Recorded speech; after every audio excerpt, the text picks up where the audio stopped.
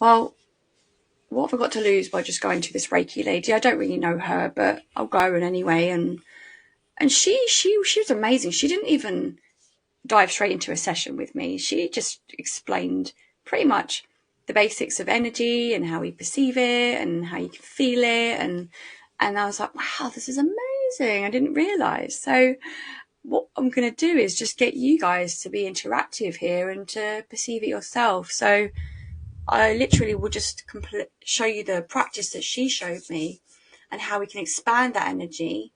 And we can do this in the meditation so you can really feel that you're becoming part of everything that is.